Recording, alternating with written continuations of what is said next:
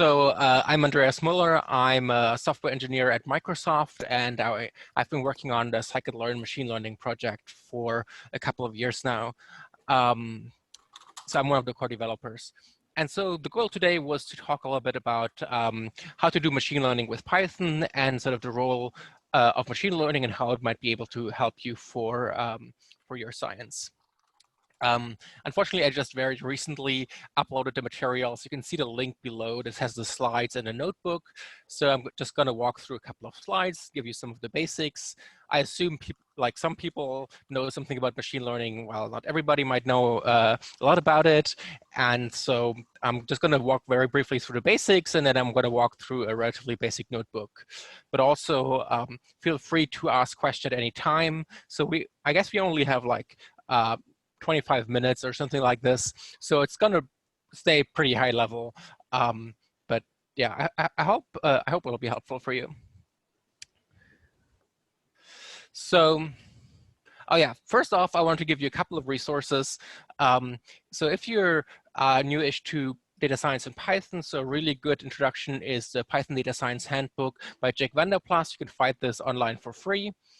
For a little bit more in-depth in machine learning with scikit-learn, you can get my book, which is right now not available for free. If you want to more details about the math behind machine learning, the elements of statistical learning is a really good sort of understandable introduction that you can also find online for free. I also have like an in-depth video series on YouTube that's basically the lecture I gave at Columbia. And I don't think I have a slide for this, no. The scikit-learn documentation, of course, is also a pretty great resource, and you can find a lot of information there. So I want to very briefly start with like, what is machine learning? So generally, machine learning is about like extracting knowledge from data, and it's usually divided into 3 parts: supervised learning, unsupervised learning, and reinforcement learning. And so today, I will basically only talk about supervised learning. Unsupervised learning is used a lot in exploratory data analysis, and it might be useful for you in some settings, though it's a little bit harder to use generally. In most settings, supervised learning is the thing that will really get you forward. Reinforcement learning is probably not that relevant to the things that you folks are working on. So the basic idea in supervised learning is that you have some world process that we think of as like some underlying probability distribution that of like measurements or observations, and from that, and we have a sample that's IID, meaning independent identically distributed. This is sort of an idealized world model where we have some description of a data point, say a description of like a well, and then something that we want to predict about it. And so the description called features or independent variable, we usually call X.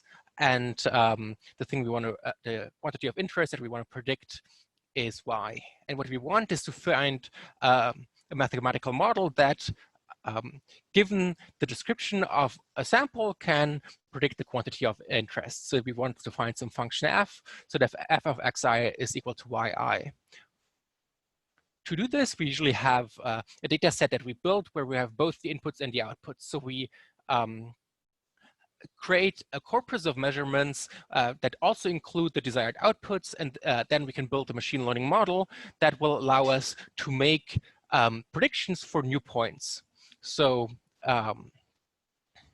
let's say I measured some quantities for a given well, and so I can predict using these, I can predict maybe something that is hard to measure from easy to measure quantities. Then for new well, I could only use measure the easy to measure things and use the machine learning model to fill in the hard to measure things. So the point is that we're building our model on a training data corpus where we have the outcome variable observed, but then the hope is that the machine learning model will also make accurate predictions for new samples that come from the same underlying process. And so, yeah, typical examples of these are like spam detection, where you collect a corpus of emails, label them as spam or not spam, and the machine learning model can then predict for new email whether it's spam or not.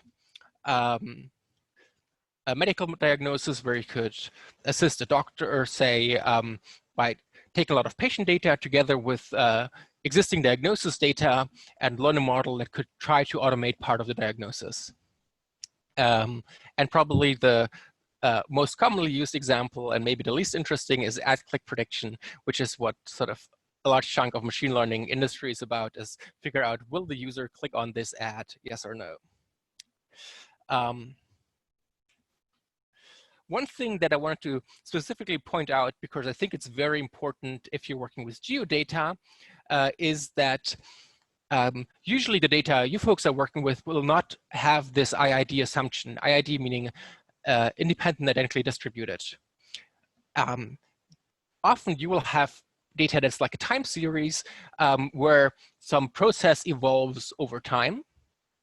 And so if you look at this, the observation on the next day are clearly related to the observation on the previous day. And so very commonly what you do is you take some part of your data and you hold it out to see whether your model works well or not well, and then you test your model on the holdout data. Usually you split your data randomly, but if you do this random split on, say, a time series, let's say you just leave out some random points and you train your model on the remaining data, then the task becomes very, very easy. And you can probably make good predictions without even knowing, without really learning anything. And it's maybe obvious that it's kind of silly to try to predict like from the day before and the day after what happened in the day in the middle. But it's maybe a little bit more obvious, or sorry, less obvious, that if you have geographical data, if you randomly split data, geographical data, you have the same issue, because neighboring things are usually highly correlated. And so how you validate your model is gets kind of tricky, because whatever data you have, it is like geodata, it will not be IID because it's somehow distributed over an area. So what you do in the time series setting is, well, you take the past and try to predict the future from the past. This is sort of more the setting that you're, that is sort of the natural setting. And this is a much harder task than trying to predict just some random left out points. For geodata, it's often a little bit harder. And I can't sort of give you an easy solution. I just wanted to say this is something you need to think about if you work with geodata. Another thing that I briefly wanted to mention is that when people say machine learning, what I usually mean is predictive analysis. And the tools I'll talk about, or that I'll show you in a little bit, they're all about predictive analysis. So this means we're trying to find a function that makes good predictions on new unseen data. This is not the same as inference at all. So people often divide between statistics and machine learning, where statistics has traditionally more of an inference focus and machine learning has more of a prediction focus. And so you should, before you do anything, you should ask yourself whether you want, whether you're asking a prediction problem or an inference problem. So machine learning methods are usually not, or like at least out of the box, suitable to doing an inference. So if you ask, if you want to ask something like, I don't know, does the weather influence the pollution level? That's an inference question. And so probably you should want to use a statistics method for this. If you want to make prediction on an individual level, let's say if you want to say, well, I want to predict the pollution for this city at this point in time, then that's a prediction question and you would use a machine learning method. And so you should think, what is the question you want to answer? In science, very often, actually, you're more interested in the inference because you're more interested in trying to understand the process. But there's still a lot of places where prediction might be interesting, say like in annotating more data or in automating a manual annotation process or something like this. But you should, some people use machine learning methods without thinking about it for inference methods, for inference questions. Please don't do that.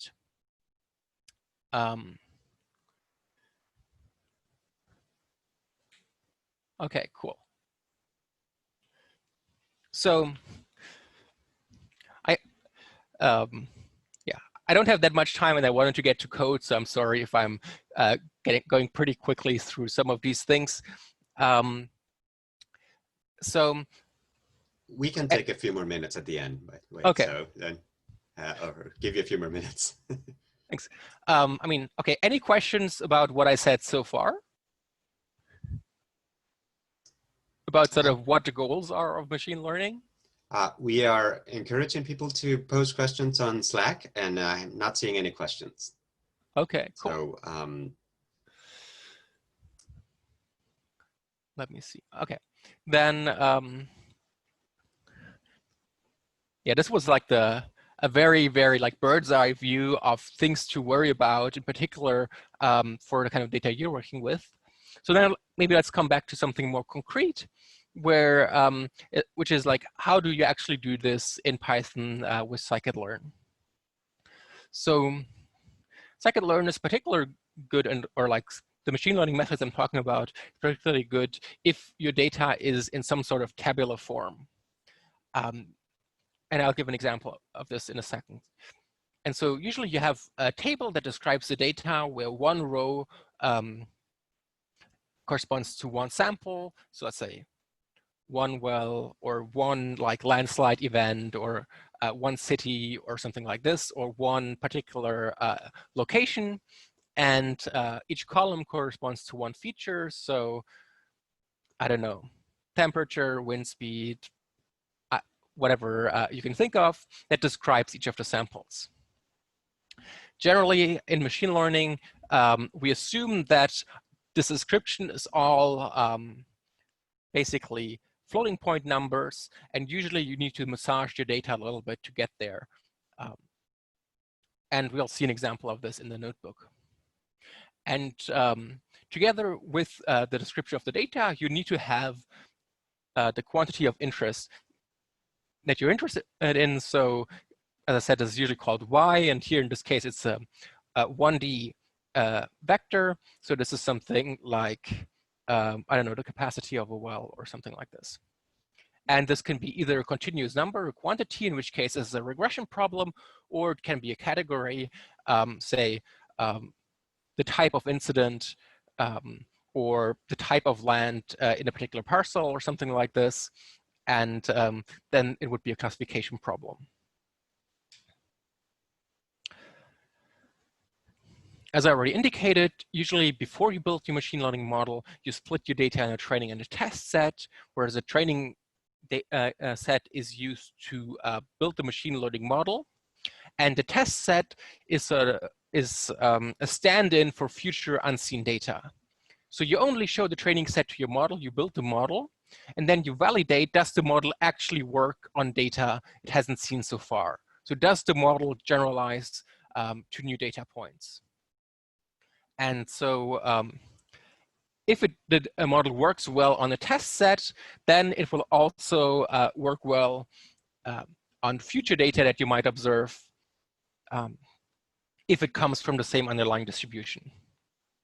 And again, as I said before, it's quite important with time data or geospatial data to make sure that you're careful in how you partition your data into training and test set. There's like a lot of subtle issues you can run into. So once you have your data, you split your data. The supervised machine learning workflow, at least the most simple version, is that you take your trained data together with the labels, you build the machine learning model. I'm not going to actually go through details of the model. Scikit-learn has like many, many different models from which you can pick. And you can look at any of the resources to find out more about these models. So let's say you train like a random forest model.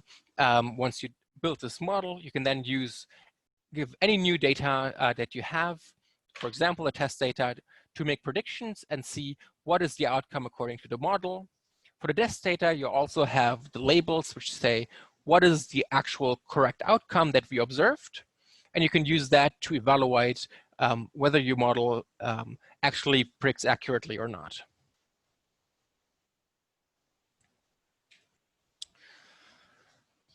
So here is an example in code in how this would look like with scikit-learn. So in scikit-learn, all machine learning models are implemented as Python classes. So for example, the random forest classifier is implemented in the random forest classifier class. So you would import this class, you would instantiate the class, and create an object that I call CLF here. So the CLF object encapsulates the training and prediction procedures, and this is also the object that will store the trained model. Everything in scikit-learn, every model has a fit method. The fit method is what builds the model. It gets the training data xtrain and the training targets ytrain. And so fit is the thing that actually does the machine learning in some sense. It builds the model, which is then stored in the CLF object. Once you build the model, you can call predict on any new data, which will return the predictions according to the model that are called ypred here. And so fit and predict are the main functions, the main methods you will use in scikit-learn.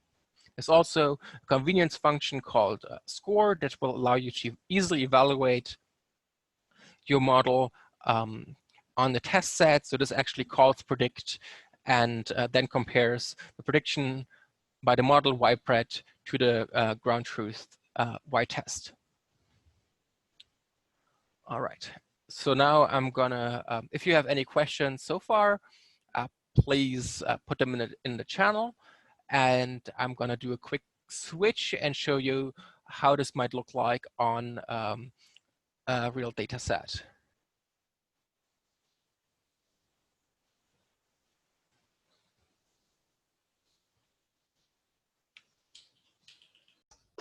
Okay, cool. So here, unfortunately, I'm still, I need some help from Christina to make this data set open, but this is the data that she shared with me and that we can hopefully share with everybody later on. The notebook is already in the material that I shared online, but the data unfortunately is not yet. So this is a landslide data set. And of course nothing, oh no, it works now, which is given as a CSV file. And so here I'm reading a CSV file, which is what you can see here. You can see it has all of these columns. These are different kinds of landslides together with like wet index, lithology, and some other properties.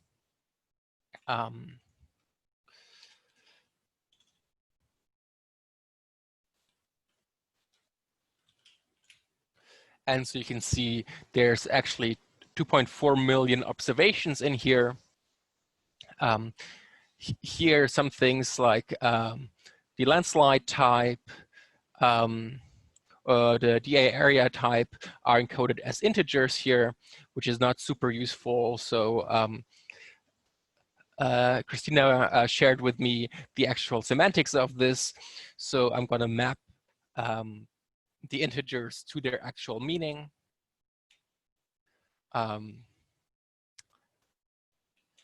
So this is now how the data looks like now.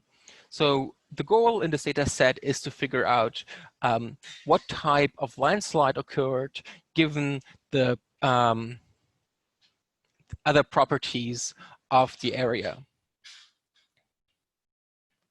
And so there's 11 columns. One of these columns, the landslide type, is gonna be the thing that we want to predict, and we will treat the other as the independent variables as the input to our model. In this data set, there's a lot of points that have no landslides. That's actually by the vast majority, so there's 2.3 million. And then we have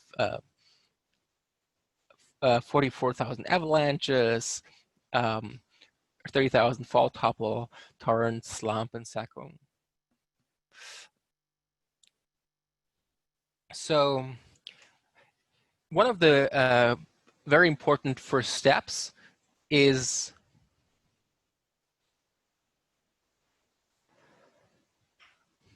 oh, sorry, I just checked out the channel. One of the very important first steps is to figure out what does the data set look like, what, how many samples are from each of these classes. And so I'm just doing something relatively naive here, and I basically treat each of them as a different class, so then we would have a 6-class classification problem. This is like tremendously imbalanced, given that there's only 13 examples of this class. And so it's very unlikely that I'll be able to learn something useful from this. I'm not an expert in this area, so, but like if I was an expert, I might think, well, does it make sense to completely drop this, or does it make sense to group this in with one of the other classes, because having only 13 observations is probably not going to be that useful. Also, to make the processing a little bit more easier, because this is like a live demo, I will just drop a bunch of the no landslide data, because this is probably redundant. We have, what is this, 50 times more no landslide data. And so I'll probably be fine if I just drop a bunch of this. And so I resample my data using some pandas kung fu, where I subsample everything to have at most 80,000 samples. In a real sort of productions, or if I'm really, really interested in building a good model, I might not want to do this, but for the purpose of the demo, it will make things much quicker. So now I only have 80,000 no landslide samples, and I picked the 80,000 because now the data set is about 50% no landslide and 50% the rest.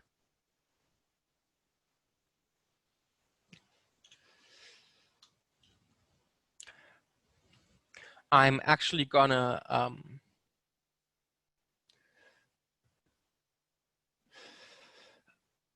use some plotting. So this library will not be installed for sure in your history. You can easily install it with pip install dabble. This data set is like a little bit tricky to plot. And so this is a library that I wrote that tries to make plotting a lot easier. And so I use this to do some exploratory analysis. Before you do anything with your data, you should always plot the data. I could have used Seaborn, but then I would have had to do like a bunch of stuff with Seaborn, and we don't have that much time.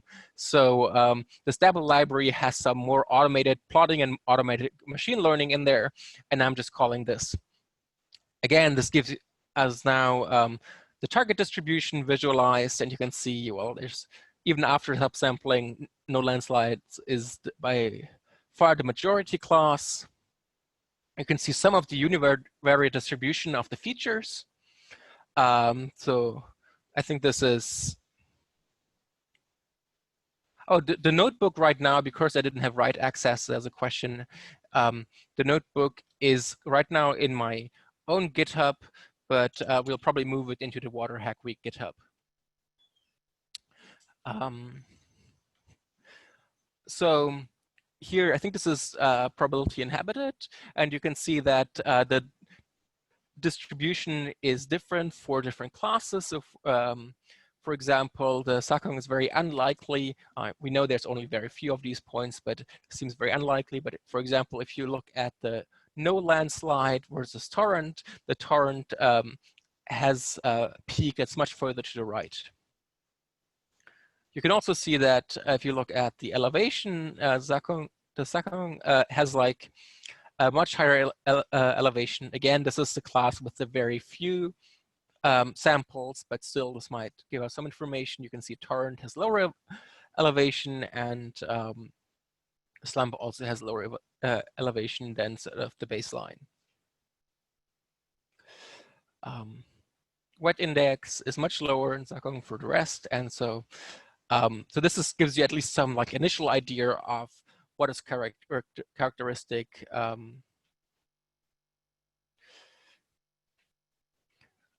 for each of the classes. I try to do a pair plot. Often a pair plot is useful, so it shows a scatter plot where you have for each data point is a dot, and you have one feature on one axis and the other feature on the other axis. However, because the data set is quite big, there's a lot of overplotting. So basically, the green points are on top of all the other points, and so you can barely see anything. I played around for like 20 minutes trying to get a good plot of this, but this is, yeah, maybe not as informative. So these here, I think you can see some things, and if you know about the domain, you can see is this the properties that is useful? Is that the properties that you expected? And so yeah, someone said Seaborn is a great plotting library, and indeed Seaborn is great. Actually, they recently, oh my God, Michael is his name? Yeah. Michael added a bunch of things to make wide form data more easy to plot. And you can definitely make the plot I have here at the top with Seaborn, but I didn't have the time to put together the code for that. Dabble is also wrapping Seaborn and it's built on top of it. So there's a couple other plots. So here there's some PCA plots. Again, because of the overplotting, it's really hard to see anything. And some discriminant analysis. Yeah. There's also, these were the continuous features. There were a couple of categorical features in the data as well. So the DA area, lithography, I think, and LULC. And you can see for each of them the distribution of the different classes. And you can, again, like see, does this tell you something about the data? Or is that what you would expect? And confirm what your intuitions were.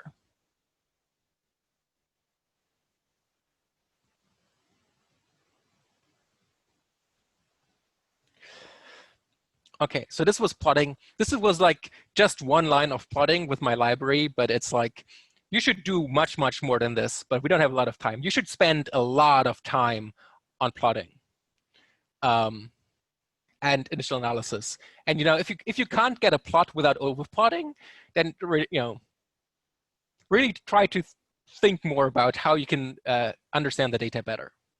Anyway, so let's do some actual machine learning. So again, the goal was to predict the class of the landslide from all the features we have. In scikit-learn, you have this X and Y, which separates the features and the targets. Right now, they're all in one pandas data frame. So I drop the landslide type, which is a target, and that I call X. And then I take just the landslide type and call it Y. And maybe I'll show the result of this real quick. And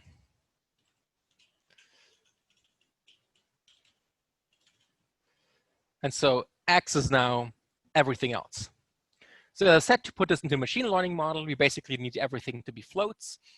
And so we have these categorical features in here, hard metamorphic and unconsolidated sediment. And we can't really pass them into a machine learning model like this. The standard way to deal with categorical variables is what's called dummy encoding or one-hot encoding, where you add a new column for each of the values of the variable, sorry, each of the values, yeah, of the categorical feature, and which is 1 if this was the actual value and 0 otherwise. So here for the first sample, we had DA area being run out.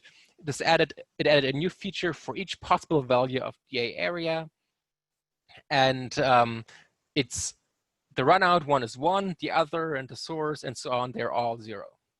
Similarly for the litho feature, here you can see sample 4, it was sedimentary rock.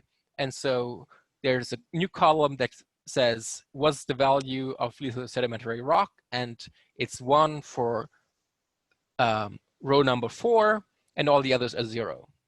And for row number 3, the unconsolidated sediment is 1, and all the others are 0. Okay, so now we have a representation. It's all floating point numbers, and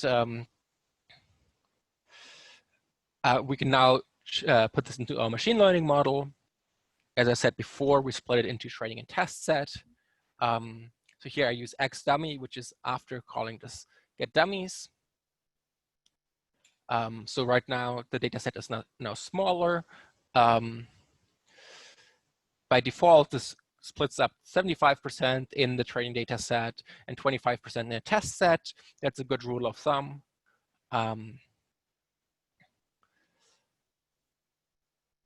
Here are now again the values of the different, like the counts of the different classes in the training set. And so if I normalize this, I don't need this. You can see that 50% of the samples after I resampled it have no landslide, 28% are avalanche, about 20% are fault topple, and so on. And again, there's like very, very few from this, and there's also very few from this. So we should be careful about what kind of like conclusions we make about these. Now let's start with the actual machine learning. And so yeah, I was planning on running 10 minutes over, so I'll be done in 2 minutes.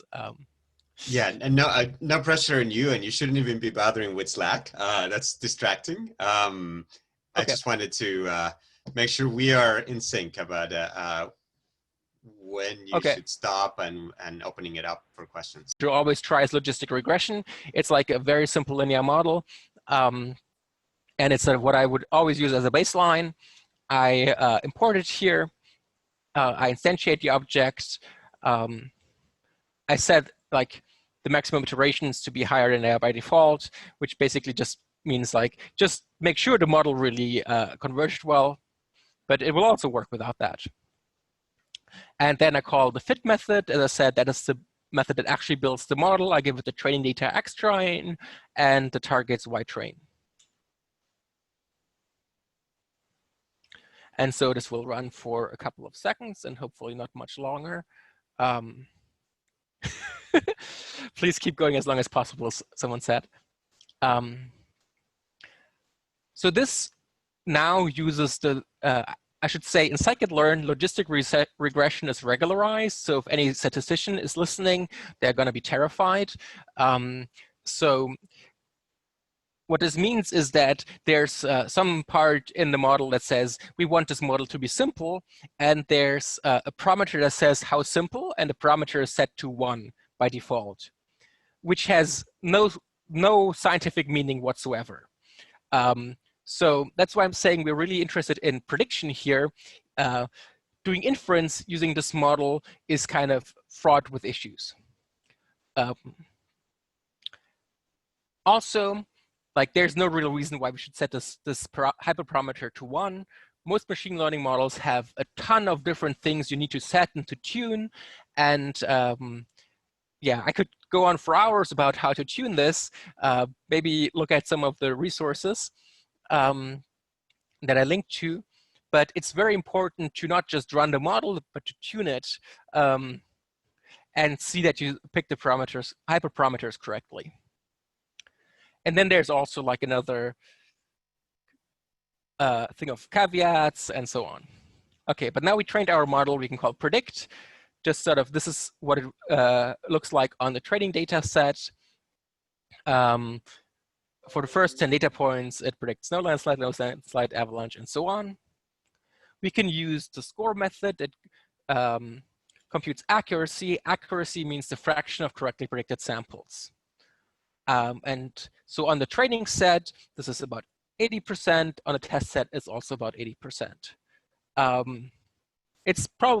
It's by chance probably that it's a little bit higher on a test set than on a training set. Usually it's higher on a training set. What we're interested in is how well will the model predict on the test set. And so, okay, our model is 80% accurate. For a task like this, accuracy is probably a very bad measure. And I have another spiel that is like 2 hours long about how you should measure if the model is good. The reason why this is bad is because the different classes have very different sizes, and this gives you very little detail. A little bit more detailed explanation is the confusion matrix. So here, maybe I should make this a little bit bigger. Can I make this bigger?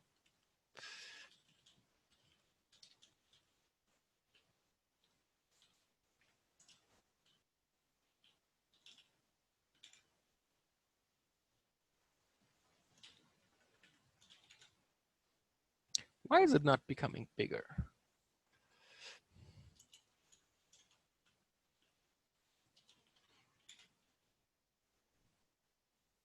Okay, now it's getting bigger.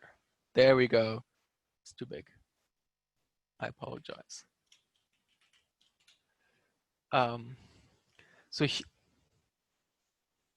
I'll get there.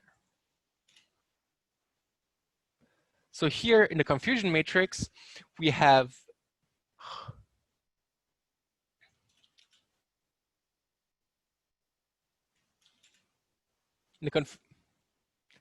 okay. Plotting is really hard. In particular, matplotlib. Anyway, so here in the confusion matrix, the rows correspond to the true label that I have in the data on the test set. In the columns, we have the predicted label. So on the diagonal are the counts of data points that were predicted correctly. And on the off diagonal are the different mistakes. So here we can see that of the avalanches, 10,000 in the test set, 10,000 avalanches were predicted as avalanche. And 29 things that were avalanche were actually predicted as fall topple, and 27 were predicted as no landslides. So you can see, actually, it basically did a perfect job, or a near perfect job of predicting avalanches. The fall topple, it confused often with no landslides, and the no landslides, it confused quite a few with fall topple. So there was a lot of confusion going on here between these, but the majority of the points, there were no landslide were predicted correctly as no landslide. And so this gives you a much more detailed view. You can see that for the things that were torrent, actually most of them were predicted as no landslides. So if the model is very bad at predicting torrents, for probably many reasons. We can do the same thing with a different model. So random forest classifier is a much more powerful model, but the code will look exactly the same. So we instantiate it, we call fit, we call score, and then plot the confusion matrix. And then I'm gonna open it up for questions probably. And so the random forest classifier is another like standard model. It's really nice because you don't usually need to tune and tweak it a lot. You can see here, but with the default parameters, it usually gets perfect on the training set, but you can also see it did better on the test set. So we get 87% accuracy, and here's the confusion matrix. Actually, given that we have this imbalanced data set, I want to try one more.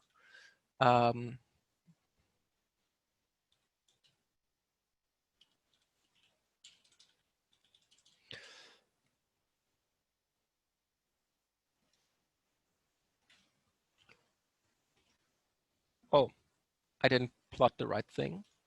I was like, this looks very similar. And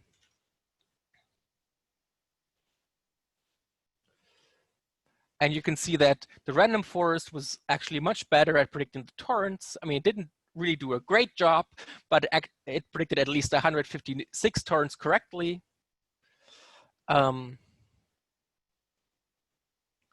Whereas the other one only predicted 2 correctly. Yeah. So I changed this here, and actually didn't really help that much. Well, basically I told it to give more weight to the smaller classes, and it helped a little bit for the slump creep, but it didn't really help for the torrent. Yeah, okay. So, but again, a point that I might want to emphasize again is that we're casting this as a prediction problem, and this is not an inference we're not making necessarily an inference. If you want to do a scientific inference to say like, what causes a particular type of landslide, like usually in science, you want to have a causal relationship. We're not doing causal modeling here. We're doing prediction, and if you want to do causal modeling, you need to be much more careful about what you're doing. And it might not, like, just throwing a random forest at it doesn't mean it gives you like the cause of something. It can give you good predictions without giving you a cause. So a machine learning model like this can still like inform you on like different relationships. So there's one question that is, can I give examples when supervised versus unsupervised approaches are appropriate? So basically, unsupervised approaches are usually more used for the exploratory data analysis. As scientists, maybe all data analysis exploratory. The problem with unsupervised approaches is often that it's very hard to validate what they're doing. Like, you can do a clustering, and you say, cluster my data into 10 groups, and the clustering will give you 10 groups. Are these 10 groups meaningful? I don't know. Do they have anything to do with the real world? I don't know. And basically, it's impossible to actually say if they have some actual meaning. There are some things called manifold learning. We could do, it would be nice, I should have done manifold learning on this with like TSNE or UMAP. They give you very pretty 2D plots that might help you understand the data, but they're also impossible to understand or impossible to validate. In supervised learning, you can always measure how well does it generalize. This comes with the caveats of, did you split your data correctly, and are you using an appropriate measure for accuracy? But you have some way to validate the model. In unsupervised learning, it's very hard to validate the model usually. Another question is, how susceptible are random forest models to overfitting? This is kind of, I'm not sure if you're meaning to ask a trick question. In a sense, you could say this model here is perfectly overfit because it does perfect on a training set, but it doesn't do perfect on the test set. But that is because of the way the random forest is built. That's totally fine. It still makes good predictions. You could make sure the random forest like overfits less, but that's not necessarily beneficial. I could restrict the complexity of the random forest. Let's see how long this will take. And so now I'm saying each tree in a random forest is only supposed to have, oh, this was too few nodes. It's only supposed to have 15 nodes. And so now this will force the models to be much simpler, and I will have less overfitting. But in this case, I also have a worse model. And sometimes it might be useful to restrict the complexity of the model, but in general, it is not. Also, what I'm doing right now is terrible. Never, ever do what I'm doing right now. Very important lesson. What I'm doing right now is I'm trying out many different models, and I look at the test set every time I train the model. If you do this, your results are completely useless. You should really look at the test set only once. If you look at the test set more than once, and you use the test set to pick out which model to use, you're basically doing something that's akin to a multiple hypothesis testing error. If you're trying to select between different models, do a cross-validation on the training set and don't do what I just did.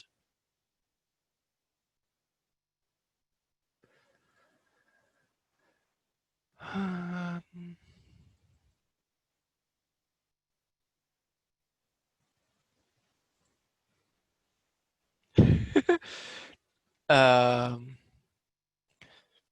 so I don't think I can talk too much about feature selection.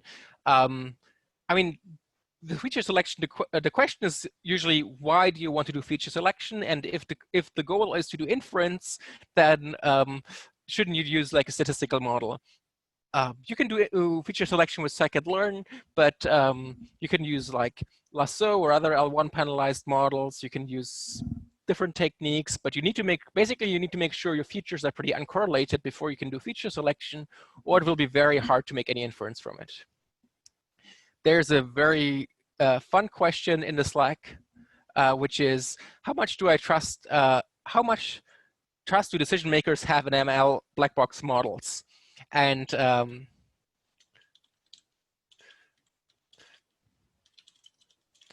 I will paste the link to answer this question once my keyboard stops malfunctioning.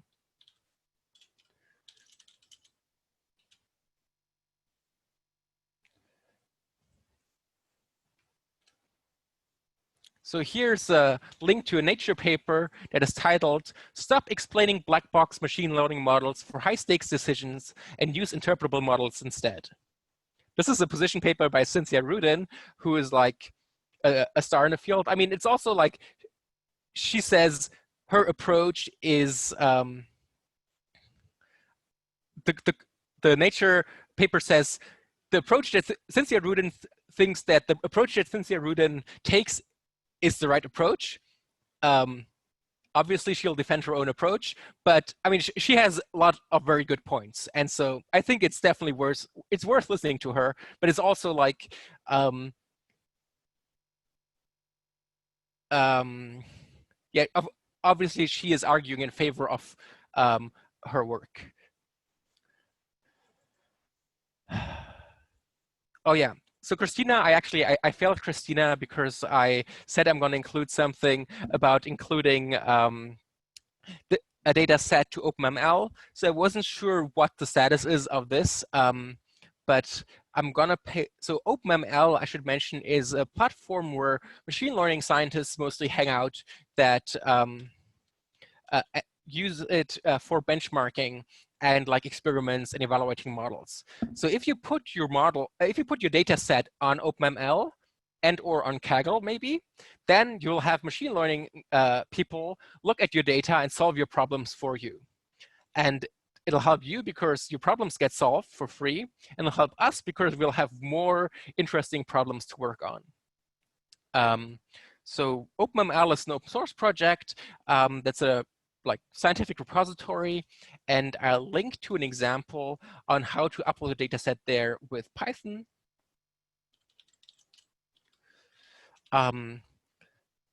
If another option, as I said, is upload it to Kaggle. Kaggle is a company owned by Google that does machine learning competitions.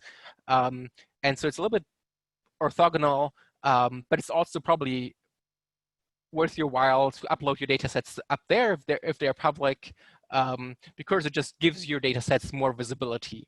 And people that want to get into data science and are bored all over the world will look at your data and find interesting things about it.